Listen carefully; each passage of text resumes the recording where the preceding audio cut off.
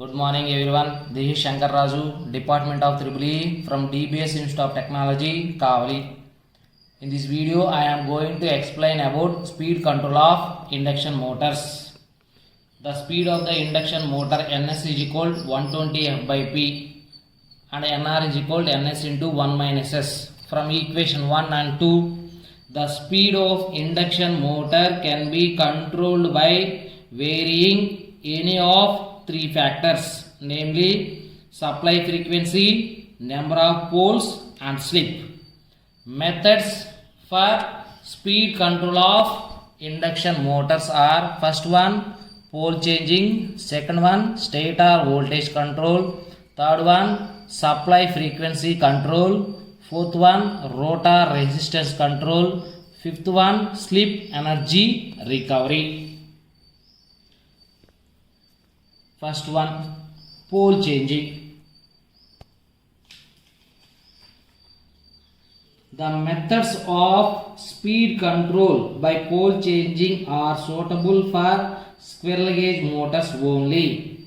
The number of stator poles can be changed by multiple stator winding. Methods of consequent poles. First one, multiple stator winding. In this method, the stator is provided with two separate windings which are wound for two different pole numbers. One winding is energized at a time. Suppose that a motor has two windings per 6 and 4 poles for 50 Hz supply. The synchronous speed will be 1000 and 1500 rpm respectively. For 6 pole, Ns is equal to 120 F by P is equal to 120 into 50 divided by 6 is equal to 1000 rpm. For 4 pole, Ns is equal to 120 into 50 by 4 is equal to 1500 rpm. If the full load slip is 5% in each case, the operating speeds will be 950 rpm and 425 rpm respectively. This method is less efficient and more costly. Second one, method of consequent poles. In this method, a single stator winding is divided into few coil groups. The terminals of all these groups are brought out. The number of poles can be changed with only simple changes in coil connections. In practice, the stator winding is divided only in two coil groups. The number of poles can be changed in the ratio of 2:1. Figure 1 shows one phase of a stator winding consists of 4 coils divided into 2 groups, AB and CD. Group AB consists of odd numbered coils 1, 3 and connected in series with group CD has even numbered coils 2, 4.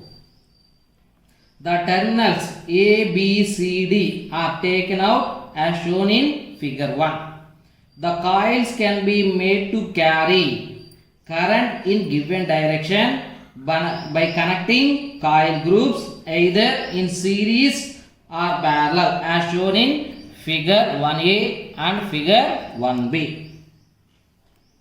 With this connection, there will be a total of 4 poles giving a synchronous speed of 1500 rpm for 50 Hz system. If the current through the coil group AB reversed, then all coils will produce north poles as shown in figure 2. In order to complete the magnetic path, the flux of the pole group must pass through the spaces between the groups, this inducing magnetic poles of opposite polarity in the interpole spaces. With this connection, there will be a total of 8 poles giving a synchronous speed of 750 rpm for 50Hz system. The coils can be made to carry current in given direction by connecting coil groups there in series or parallel shown in figure 2a and 2b. Next, second one, stator voltage control. Stator voltage control. If you know the torque equation, torque T is equal to K into phi into S into E2 R2 divided by R2 square plus SX2 whole square. As E2 is proportional to pi, is proportional to V. Torque T is equal to K into phi into S into E2 R2 divided by R2 square plus SX2 whole square. In this equation, as E2 is proportional to phi, is proportional to V, where V is applied voltage. Therefore, torque is proportional to V square. The torque developed by an induction motor is proportional to the square of the applied voltage. The variation of speed torque curves with respect to the applied voltage as shown in figure. If stator voltage is decreased, torque will be and torque decreases, and torque decreases, then speed will be increased. Change in supply voltage not only affect the starting torque but torque under running condition also. This method of trying to control the speed is best suited for loads that requires very little starting torque. Next, third one, supply frequency control. The synchronous speed of induction motor is given by Ns is equal to 120 F by P. Clearly, the synchronous speed of induction motor can be changed by change the supply frequency. The EMF induced in the stator of induction motor is given by E1 is equal to 4.44 K phi m F N1. If the supply frequency changes, E1 will also change to maintain the same area flux. If the stator voltage drop is neglected, the terminal voltage V is equal to E1.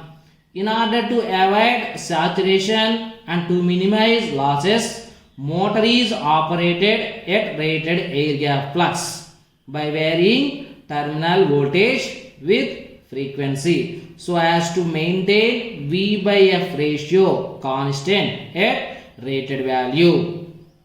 The speed control of an induction motor using variable frequency supply requires a variable voltage power sources.